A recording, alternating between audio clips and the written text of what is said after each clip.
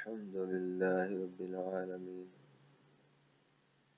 والعاقبة للمتقين والصلاة والسلام على رسوله الكريم أما بعد اللهم صل على سيدنا مولانا محمد وصحابه سيدنا مولانا محمد وبارك وسلم. آج جس موضوع پر بات ہوگی وہ ہے اللہ تبارک و تعالی کی رحمت اور اللہ تبارک و تعالی کا غضب. اللہ تبارک و تعالی کی رحمت کا جو قرآن اور حدیث میں تذکرہ آتا ہے، حدیث میں یہ آتا ہے کہ ایک بندہ جس نے 100 آدمی کو قتل کیا ہوتا ہے تو اللہ تبارک و تعالیٰ کی رحمت اس کو ڈھانپ لیتی ہے. اصل پوائنٹ یہ ہے کہ جب بندہ اللہ کی طرف رجوع کرتا ہے، بندہ توبہ کرتا ہے، اللہ کی طرف بندے کی سوچ جاتی ہے اور وہ اپنے آپ کی بخشش کروانا چاہتا ہے تو اللہ تبارک و تعالیٰ کی رحمت ڈھانپ لیتی ہے اس بندے پر، اپنا فضل اور کرم فرماتی ہے اللہ تعالیٰ کے ساتھ اور اس کو بخش دیتی ہے. اس کے تذکرے حدیث میں ملتے ہیں. اور جب کوئی بندہ اللہ کا باغی ہوتا ہے، نافرمانی کرتا ہے اور اللہ کی اور اللہ کے رسول کی فرما برداری نہیں کرتا تو پھر اللہ تعالیٰ کی معاشیت ہے کہ وہ ایسے لوگ، ان کے لیے ہدایت کے دروازے بند ہو جاتے ہیں. کیوں؟ کہ وہ اللہ کی طرف دھیان نہیں دیتے، غور نہیں کرتے کہ ہم نے قبر میں جانا ہے، ہمارا حساب کتاب ہونا ہے، ہم کیا جواب دیں گے. تو پھر ایسے لوگوں پر اللہ کا عذاب آتا ہے. تو اللہ نے رحمت اور غضب یہ دونوں چیزیں ہمارے سامنے رکھی ہیں اور مختلف دور کی مختلف باتیں قرآن میں بھی آئی ہیں اور حدیث میں بھی آئی ہیں. تو جو قرآن اور حدیث میں مختلف دور کی مختلف باتیں آئی ہیں وہ صرف اور صرف ہمیں سمجھانے کے لیے کہ ہم ان باتوں کو سنیں، غور کریں اور پھر اپنے لیے آخرت میں کیا ہم پسند کرتے ہیں، ہمیں کس چیز کی طلب ہے وہ حاصل کریں. جب کوئی بندہ اللہ کی رحمت ڈھونڈنا چاہتا ہے تو وہ بھی تذکرے قرآن میں ہے کہ ان کو رحمت ملی ہے. جیسے اصحاب کہف والے، وہ دنیا کے مکر و فریب اور جھوٹے لوگوں کو چھوڑ کر جب وہ الگ ہو گئے ہیں تو کوشش کی ہے تو اللہ نے ان کو جگہ بھی دی ہے اور حفاظت بھی کی ہے اور ان کو 350 یا 300 سال کے بعد دوبارہ اٹھایا اور ان کو یہ بھی نہیں پتا کہ ہم کتنی دیر یہاں سوئے، اتنی راحت اور چین کے ساتھ وہ سوئے، جبکہ اتنا لمبا عرصہ کوئی 24 گھنٹے نہیں سو سکتا. اگر سوئے گا تو وہ کہیں گے سو سو کہ تو میرا برا حال ہو. لیکن جب رحمت ہوتی ہے تو پھر اتنا عرصہ گزر جانے کے باوجود بھی بندے کو پتہ نہیں ہوتا. پھر وہ ایک اور واقعہ ہے قرآن پاک میں، ایک نبی کا جن کا گدھا جو ہے وہ اللہ تبارک و تعالیٰ نے اس کو مردہ کر دیا، کھانا اسی طرح تر و تازہ رہا اور گدھے کی ہڈیاں بھی ختم ہو گئی تھی. تو پھر اللہ نے زندہ کر کے دکھایا. تو اللہ نے یہ واقعات کیوں یہ نشر کیے ہیں قرآن پاک میں، کیوں بیان کیے ہیں؟ تاکہ لوگ غور کریں اور اپنے لیے جو ان کو پسند ہے وہ راستہ چنیں۔ رحمت کی بھی باتیں قرآن پاک میں آئی ہیں اور پھر غضب کی بھی آئی ہیں۔ پھر وہ لوگ جو بندر اور خنزیر بنا دیے گئے، کیوں بنا دیے گئے؟ انہوں نے نافرمانی کی۔ پھر وہ لوگ جن پر چنگاڑ آئی، ایک چیخ آئی، کیوں آئی؟ کہ انہوں نے نافرمانی کی۔ پھر فرعون وہ کیوں غرق ہوا؟ کیونکہ اس نے بھی نافرمانی کی، اس کی قوم نے اس کا ساتھ دیا، موسیٰ علیہ السلام کے مقابلے میں بات نہیں مانی۔ جو اللہ کی طرف سے نشانیاں تھیں ان کو دیکھ کر بھی وہ نہیں مانے، جو معجزے تھے ان کے سامنے، معجزے انہوں نے آنکھوں سے دیکھے۔ وہ جادوگروں کے سانپ جو ہیں وہ معجزاتی طور پر آسے کا جو سانپ بنا ہے اس نے نگلے، لیکن ان کی عقل نے ان کا ساتھ نہ دیا۔ پھر اللہ نے ان کو ڈبو کے مارا۔ نوح علیہ السلام کی قوم ہے، اس کے واقعات ہیں، تو اللہ نے ان کو ڈبو کے مارا۔ پھر لوط علیہ السلام، ہود علیہ السلام، پھر قوم ایکا اور بے شمار قومیں جن کا تذکرہ قرآن میں آیا ہے، تو اللہ نے ان پہ عذاب کیوں نازل کیا؟ وہ نافرمان ہو گئے۔ تو آج ہم نے دیکھنا ہے کہ اللہ کا غضب کن لوگوں پر ہوا ہے اور اللہ کی رحمت کن لوگوں پر ہوئی ہے، یہ ہم نے سوچنا ہے۔ اور رحمت حاصل کرنے والے لوگ کیا تھے، انہوں نے کیا کیا کہ 99 بندے قتل کر دیے، 100 بندہ قتل کر دیا، پھر بھی اللہ نے اس کو کیوں بخشا؟ بھائی کیا چیز تھی اس کے پاس؟ اب بعض لوگوں نے تو کھینچ کر حدیث کو دوسری طرف لے گئے کہ بھائی اولیاء کرام کی عزت دکھانے کے لیے انہوں نے بات بنائی۔ ایسی بات نہیں ہے۔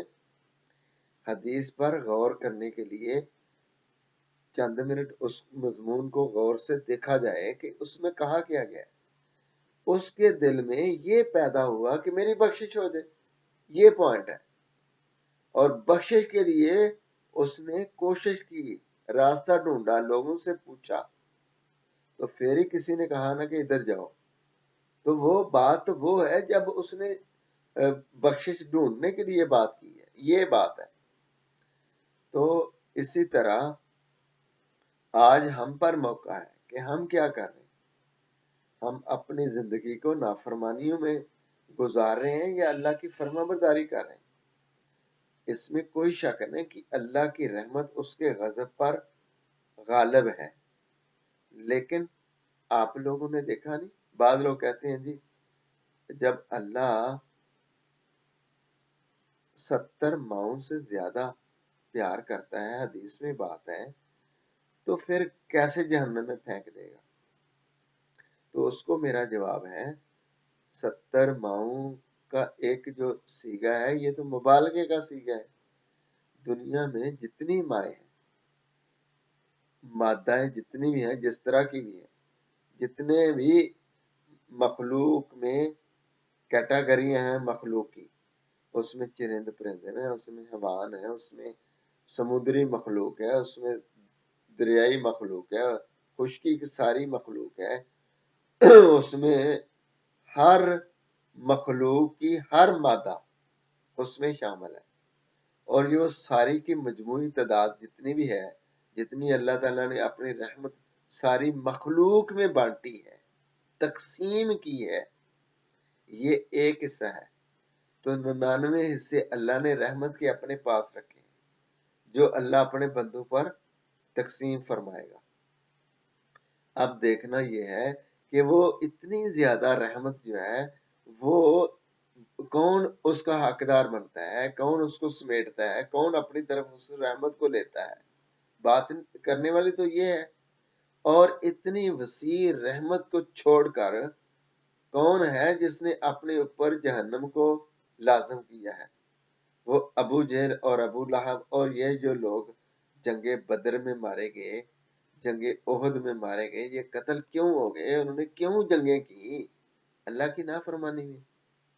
تو ان کے واقعات بھی ہم نے پڑھے، نبی پاک صلی اللہ علیہ وسلم نے جن جن لوگوں سے جتنے غزوات ہوئے، جتنی جنگیں ہوئی، مسلمان حکومتیں جن جن لوگوں سے لڑتی رہیں، انہوں نے کیوں جنگ کی؟ مسلمہ کذاب نے جنگ کیوں کی؟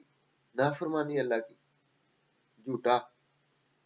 تو یہ دیکھنا یہ ہے کہ جب ہم ان کی نقل میں کلمہ پڑھ کر بھی ہم نماز نہیں پڑھیں گے، کلمے کا اقرار کرتے ہوئے ہم پیسے ہونے کے باوجود، اللہ کی ساری فراوانی ہونے کے باوجود حج نہیں کریں گے، جب روزہ فرض ہے اور تندرستی بھی ہے، اچھی طرح صحت بھی ہے، سارے حالات، روزے کی تمام شرطیں ہماری طرف متوجہ ہو رہی ہیں، وہ پوری ہیں، پھر بھی ہم روزہ نہیں رکھ رہے، اور گھر میں بیوی موجود ہے، اللہ نے حلال کی ساری کیٹاگریاں رکھی ہوئی ہیں، اتنی عورتیں ہیں، پھر بھی ہم زنا کر رہے ہیں۔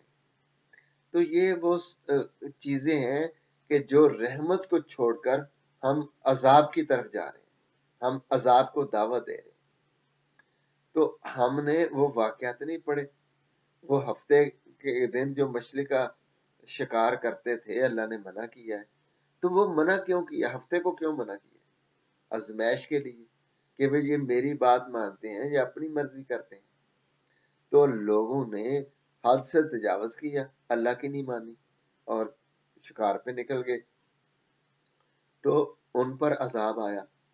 تو وہ ساری قومیں جن پر پہلے عذاب آئے ہیں، وہ جس عمل کی وجہ سے، برے عمل کی وجہ سے عذاب آئے ہیں، وہ نبی پاک صلی اللہ علیہ وسلم کی ساری امت میں ان سے بڑھ کر برائی آ گئی ہے، لیکن اللہ کے محبوب کی دعا کی وجہ سے ساری امت پہ مجموعی عذاب نہیں آ رہا، لیکن ہمارے اعمال کی شامت مختلف گروہوں پر، مختلف علاقوں میں، مختلف موقع پہ عذاب تو آ رہے ہیں، یہ نہیں کہ عذاب نہیں آ رہے، ساری امت پر ایک ہی دم عذاب آ کے برباد نہیں ہو رہی ساری امت، لیکن امت کے بعض لوگوں پر، بعض لوگوں کی وجہ سے یا ان کے اپنے کرتوت کی وجہ سے عذاب تو آ رہے ہیں۔ جیسے مختلف موقع پہ ظالم بادشاہ آئے اور مختلف لوگوں کو پکڑ کر جیلوں میں بند کیا ہے، اور مختلف لوگوں کو پکڑ کر موت کے گھاٹ اتار دیا ہے، یہ بھی عذاب ہے۔ پھر زلزلے آئے ہیں، مختلف لوگ جو ہیں وہ زلزلے کے جھٹکوں کو برداشت نہیں کر سکی، ان کی عمارتیں ان کی قبر بن گئی، زمین پھٹ گئی ہے اور وہ وہاں ان کی قبریں بن گئی، ان کی گاڑیاں، ان کے اسی طرح مختلف سیلاب آئے ہیں، لوگوں کے سارے مکانات اور سارے گاؤں بہہ گئے ہیں پانی میں، لوگ بے گھر ہو گئے، کچھ لوگوں کی مکان، ان کی قبریں بن گئے۔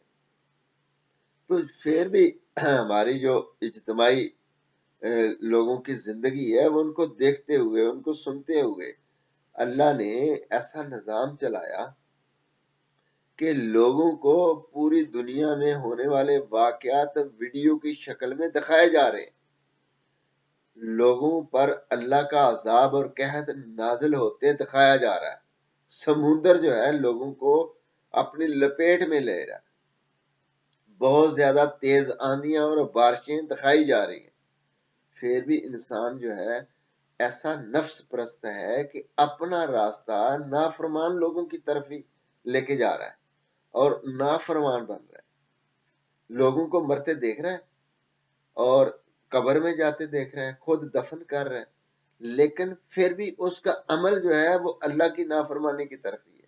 نماز کا ٹائم آیا تو وہ نہیں پڑھی، جنازے کے لیے مسجد کے اندر آیا ہوا ہے جنازہ پڑھنے کے لیے، لیکن جو فرض نماز تھی وہ نہیں پڑھی اس نے، تو جنازہ پڑھا ہے۔ تو وہ کیوں پڑھا ہے؟ وجہ اس لیے کہ وہ لوگ جو آئے تھے جن کا کچھ مرا تھا، ان سے ملاقات ہوئی، ان کو دکھانے کے لیے کہ میں بھی آپ کے عزیز کا، آپ کی والدہ کا، آپ کے والد کا، آپ کے بھائی کا، آپ کے باپ کا، آپ کے ہمسائے کا جنازہ پڑھنے آ گیا. تو یہ وہ عمل ہے جو اس دن جب کھلے گا اس کے سامنے، پھر اس کو پتا چلے گا کہ اس جنازے کا ثواب کی بجائے تو الٹا عذاب ہو رہا ہے مجھے. کیوں؟ اس لیے کہ دکھلاوا یہ شرک ہے، ذرا سا ریا بھی شرک ہے. تو جو بھی عمل ہو وہ خالص اللہ کی رضا کے لیے ہونا چاہیے. اور جن لوگوں نے اللہ کی رضا کے لیے عمل کرنا ہے اجر تو ان کو ملنا ہے. اور جنہوں نے نماز بھی اس لیے پڑھنی ہے اور لوگوں کے سامنے پھر مسجد میں اونچی اونچی باتیں بھی کرنی ہے تاکہ سب کو پتا چل جائے کہ میں نماز پڑھنے آیا ہوا ہوں. اور حج بھی اگر کرنے جانا ہے تو ساری عوام کو پہلے دعوت دینی ہے کہ میں حج کرنے جا رہا ہوں. تو کیا ہماری شریعت میں ایسا کوئی طریقہ رکھا ہوا ہے کہ جب حج کرنا ہے تو ساری دعوت دینی ہے، دیگیں پکانی ہے؟ بتا کے جانے لگا ہوں کہ میں حج، اگر عمرہ ہے تو وہ بھی اسی طرح ساری دنیا کو دکھانا ہے، فوٹو کھنچوانے ہیں، ویڈیو بنوانی ہے، دیگیں بنوانی ہے، لا کے لوگ دیکھیں کہ میں عمرہ کرنے جا رہا ہوں. تو اگر اس کی نیت ہم نے نہیں دیکھی، ہم اس کی نیت پہ شک بھی نہیں کرتے، لیکن ایسے لوگوں کی اس معاشرے میں کمی نہیں ہے جو یہ سب کچھ کر رہے ہیں، اور ایسے لوگوں کی بھی کمی نہیں ہے جو اخلاص کے ساتھ اگر وہ حج پہ جاتے ہیں تو ان کی نیت صرف لوگوں سے ملاقات کر کے جانا ہے. اکیلے اکیلے بندے کو جا کے ملنا مشکل ہے، اور وہ اس لیے مل رہا ہے کہ ہو سکتا ہے کہ میں واپس ہی نہ آ سکوں اور میری موت کب آ جائے، تو میں اپنے عزیز و اقارب کو، رشتہ داروں کو ملاقات کے لیے بہانہ بنا لیتا ہوں. دعوت کا جانا تو میں نے ہے ہی ہے، تو میں آخری ملاقات کر کے چلا جاتا ہوں. اور عمرے کے لیے جانا ہے، کھانا بھی ہو جائے گا، ملاقات بھی ہو جائے گی، تو چلو آخری ملاقات ہے میری، پتہ نہیں میں نے واپس آنا ہے. یہ تو نیت بہت اچھی ہے، اس کا اجر بھی ہے. تو ہم کسی کی نیت کھول کے نہیں دیکھ رہے کہ اچھا ہی گمان رکھیں گے، لیکن ہماری نظروں کے سامنے یہ سب کچھ ہو رہا ہے کہ محفل میں یا کسی پیر کی خدمت میں بڑھ چڑھ کے حصہ لیا جا رہا ہے، کسی مولوی کی خدمت میں، کسی مفتی صاحب کی خدمت میں حصہ اس لیے لیا جا رہا ہے کہ لوگوں کو دکھا دیا جائے. اور جو لوگ خالص اخلاص کے ساتھ نیت کرتے ہیں وہ ان کا طرز عمل لوگوں کے سامنے نہیں ہوتا، وہ ان کی جیب میں ہوتا ہے. میں ایک دفعہ ایک محفل میں گیا، وہاں بیان کرنا تھا، بیان کیا تو گھر آئے تو میری وائف نے مجھ سے پیسے مانگے. تو میں نے کہا بھائی میرے پاس تو نہیں ہے. تو میرا بیٹا کہتا ابو جھوٹ بول رہے ہیں. میں نے کہا وہ جھوٹ کیسے بھائی، میرے پاس نہیں ہے. اس نے کہا ابو جی آپ اپنی جیب میں تو ہاتھ ڈالیں، اپنے جیب میں ہاتھ تو ڈالیں. تو میں نے ہاتھ ڈالا تو وہ 2000 روپیہ نکلا ہے. تو میں نے کہا یہ کہاں سے آیا؟ اس نے کہا ابو جی میں نے دیکھا تھا ایک بندہ آپ کی جیب میں ڈال رہا تھا، تو مجھے نہیں خبر. یہ بھی تو خدمت ہے کہ مجھے خبر تک نہیں ہے اور اس بندے نے میری جیب میں پیسے ڈالے ہوئے ہیں اور مجھے خبر نہیں ہے، تو جس نے دیکھا ہے وہ خبر دے رہا ہے. مطلب کیا ہے کہ یہ وہ لوگ ہیں جو اللہ کو صرف راضی کرنا چاہتے ہیں، مخلوق کو دکھانا نہیں چاہتے. تو نہیں اس نے دکھایا، جس کو دیا گیا اس کو بھی نہیں پتا. تو ہم نے نیت خالص کرنی ہے اللہ کی رضا کی، اللہ کی محبت کی، اللہ سے دنیا اور آخرت میں پانے کے لیے. جو شکر کرے گا، صاف لفظ ہے قرآن میں، لَإِنْ شَكَرْتُمْ لَأَزِيدَنَّكُمْ، شکر کرو گے تو میں زیادہ دوں گا. وَلَئِنْ كَفَرْتُمْ إِنَّ عَذَابِي لَشَدِيدٌ، اگر ناشکری کرو گے تو میرا عذاب بڑا سخت ہے. تو بات مختصر یہی ہے کہ بھئی ساری چیزیں ہمارے سامنے، پھر ہمارا دماغ جو ہے وہ صحیح فیصلہ کیوں نہیں کرتا؟ اتنے عالم ہیں جو واز کر رہے ہیں، اتنے مولوی ہیں جو تقریریں کر رہے ہیں، اتنے پیر ہیں جو اپنے مخلوق میں جو لوگوں کو سیدھے راستے کی طرف دعوت دے رہے ہیں، کتنے لوگ لٹریچر چھاپ رہے ہیں، کتنی کتابیں لکھی جا رہی ہیں،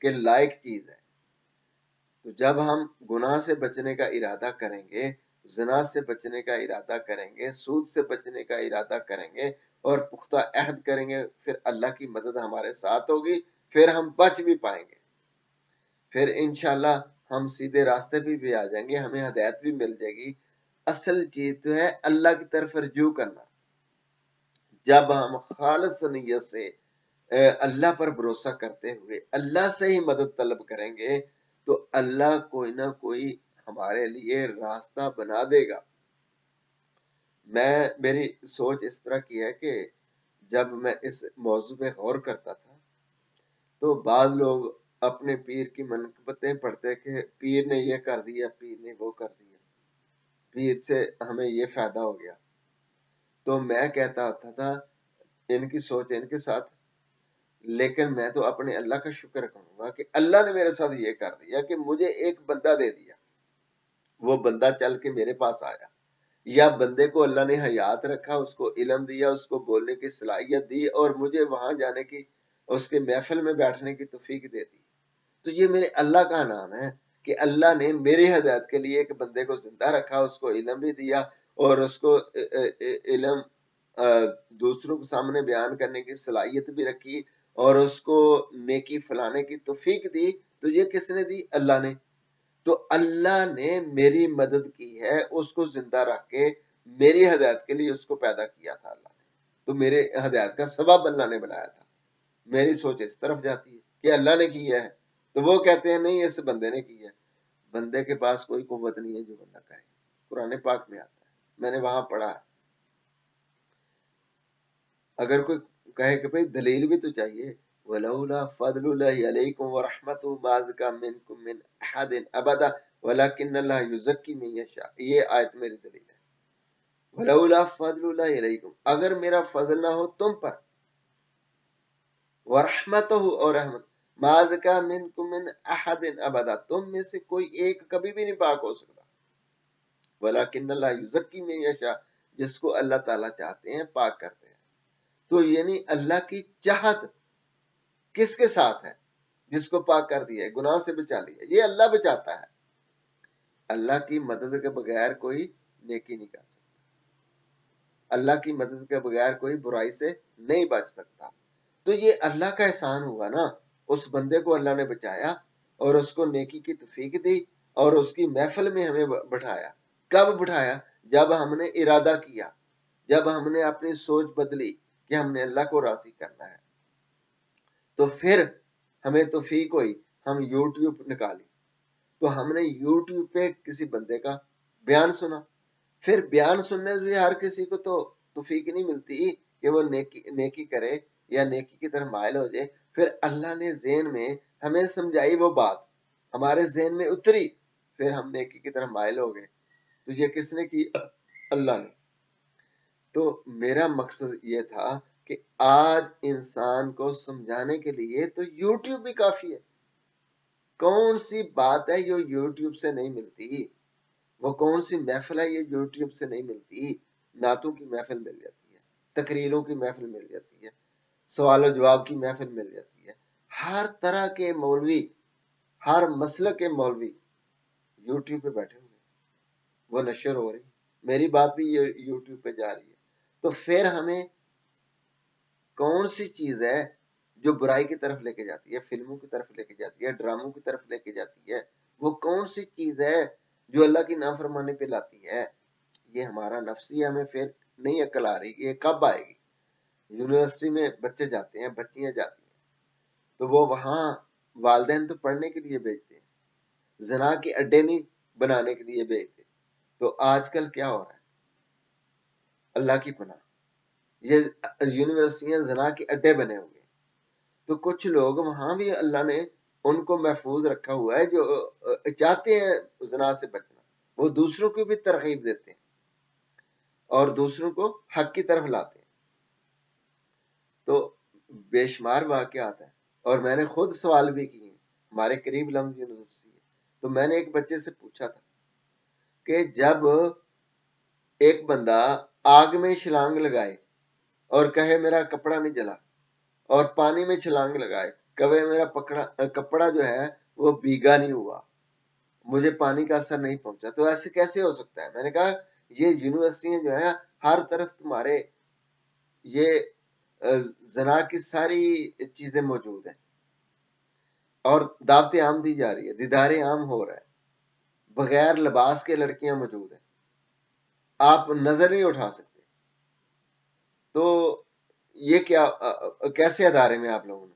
تو انہوں نے کہا جی نہیں جی، ہم تو ایک اپنا گروپ بنایا ہوا ہے، تو ہم سارے لڑکے ایک دوسرے کے معاون ہیں، ہم دوسروں کے پاس جاتے نہیں ہیں، ہم کٹھے رہتے ہیں، ہم اپنا گروپ نہیں توڑتے. وہ لڑکا ایک جواب دے رہا ہے، یہ مسجد میں بات ہوئی ہے. تو کچھ لوگ ہیں جن کو اللہ تبارک و تعالی ہر جگہ پہ برائیوں کے اڈوں سے بھی بچا کے ان کو محفوظ رکھتا ہے. تو کن کو رکھتا ہے؟ جن کی نیتیں صاف ہے. تو اسی لیے سادے لوگ کہتے ہیں جنہوں نے نیتاں صاف بیڑے انہوں نے پار. اور بھائی جدی نیت صاف ہے بس بیڑا وہ پار ہے. تو بات صرف یہ ہے کہ ہماری نیتیں کب ٹھیک ہوں گی، یہ کب ہم سبق حاصل کریں گے کہ ہمیں کیا پتا کب ہماری موت واقع ہو جائے گی اور کب ہم دنیا سے چلے جائیں گے. تو آج ہمارے پاس ٹائم ہے کہ ہم غور کریں اور سمجھیں کہ میں کیوں پیدا ہوا اور میرے اللہ نے مجھے کیوں پیدا کیا، کیوں دنیا میں بھیجا، یہ میرے ارد گرد کا ماحول کس ماحول میں مجھے پیدا کیا ہے. جب میں کہتا ہوں کہ دین پہ چلنا بہت آسان ہو گیا ہے، اتنی سہولت میسر آ گئی ہے کہ دنیا میں اللہ تعالیٰ نے اتنی آسانی پیدا کر دی ہے انسان کے لیے کہ عقل دنگ رہتی ہے. کہ مسجدیں ہیں، اے سی لگے ہوئے ہیں، کلین بچھے ہوئے ہیں، ٹھنڈے گرم پانی کا انتظام ہے. میں نے تو مسجدوں میں اتنی چیزیں دیکھی ہیں کہ حیران ہوتا ہے بندہ کہ یہ مسجد میں یہ بھی رکھا ہوا ہے. میڈیسن رکھی ہوئی ہے مسجد میں، ٹیشو رکھے ہوئے ہیں، صابن رکھا ہوا ہے، پانی رکھا ہوا ہے. ہاں، طرح طرح کی نعمتیں. بعض مساجد میں کھانے پیش کیے جا رہے ہیں، یعنی نماز کے بعد کھانا بھی پیش کیا جا رہا ہے. اگر بیمار ہو تو ڈاکٹر موجود ہے مسجد کے ساتھ ہی کمرے میں، اور مسجد کے اندر بھی میڈیسن رکھی ہوئی ہے. اور بعض مساجد میں خوشبو رکھی ہوئی ہے، جگہ جگہ پہ ٹیشو رکھے ہوئے ہیں. تو یہ سہولتیں کبھی سوچا تھا ہم نے کہ مسجدوں میں میسر ہوں گی؟ تو آج کل مسجدوں میں یہ ساری سہولتیں مل رہی ہیں. انسان کو جس چیز کی ضرورت ہے نا وہ بھی مسجد میں میسر آ رہی ہے. تو غریب لوگوں کے لیے کچھ لوگ ہیں وہ نظر رکھے ہوئے ہیں، مالدار لوگ غریبوں پر، اور جو بار بار آ رہا ہے اس کا لباس دیکھا جا رہا ہے، اس کا جوتا دیکھا جا رہا ہے، اس کی چال ڈال دیکھ رہی ہے، اور اگر کوئی غریب نظر آیا ہے اس کی خدمت کی جا رہی ہے.